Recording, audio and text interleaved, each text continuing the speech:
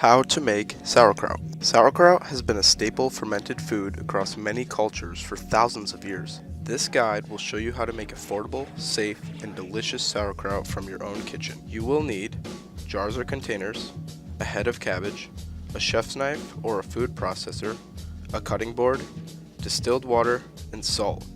Optional: caraway seeds or other flavoring herbs. Warning: handle knives and sharp equipment with care. Step 1. Begin by sterilizing containers and equipment with hot soap and water. Rinse and dry in a sterile environment. Step 2. Wash the cabbage and peel any flimsy or old outer leaves off the outside of the head. Step 3. Chop cabbage into fine strips no greater than 5 centimeters wide and 30 centimeters long, or process quartered sections of cabbage in a food processor. Step 4. Begin by packing shredded cabbage into containers, making sure to leave as little empty room in the container as possible. Step 5.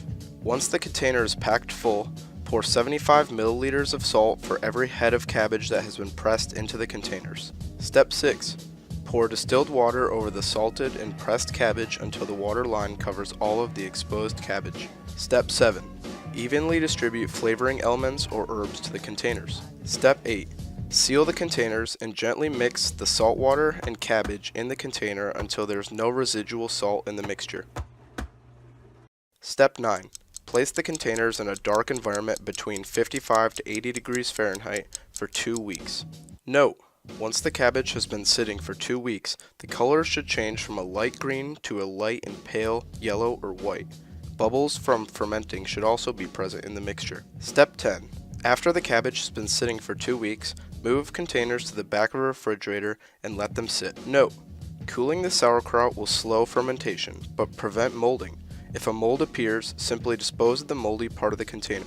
Tip: before serving the sauerkraut, it is best to wash out the containers, rinse excess salt off the sauerkraut, and add more flavoring and distilled water to the sauerkraut. Step 11. The sauerkraut should be fermented and complete.